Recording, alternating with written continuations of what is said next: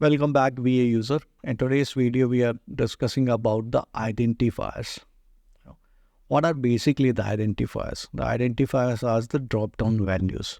It means if there is a table direct field is available or a table field is there, especially about the search, the table direct fields, or the fields having the reference of the table direct and search, in that case, you would be able to see the identifier of the previous table or the master tables.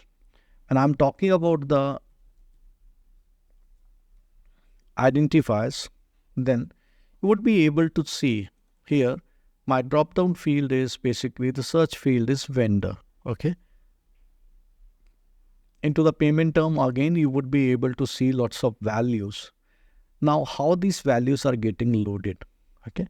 It is loading because your name is marked as identifier. So your name is getting showcased there. Now, how we would be able to set up the identifier? To set up the identifier, you just need to log in into the application dictionary at the level of the system tenant. Search your database schema.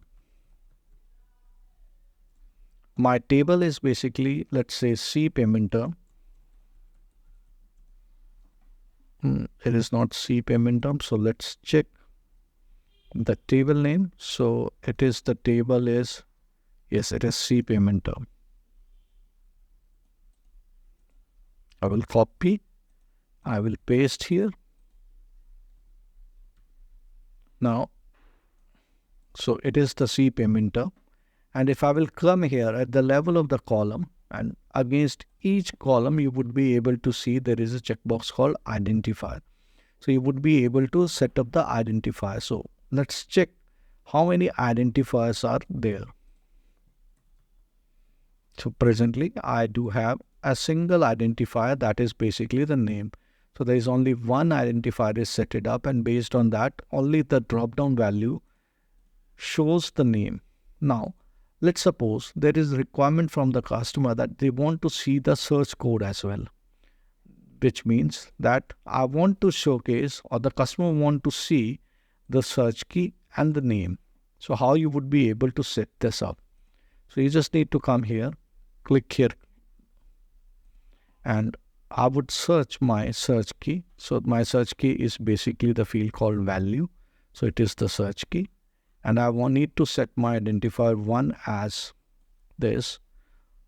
Whatever the place you want to set, I want to show my search key first and then my name. Then I will move on to the name and I will check my name. And I would set my identifier 2 as my name. And I will save this. And thereafter, I just need to move on to my tenant, say cache is set, and thereafter I would open AP invoice.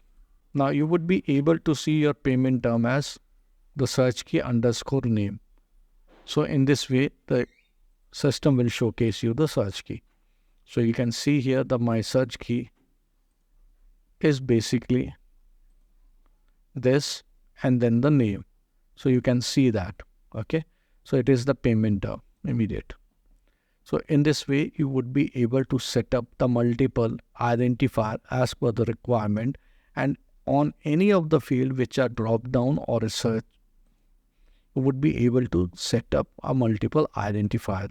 So it can be a single identifier, it can be more than one identifier, or it can be more than two identifiers. So that is based on to the requirements.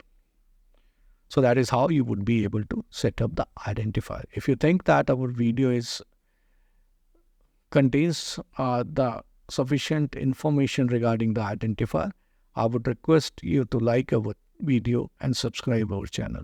Till then, thanks a lot. Bye-bye.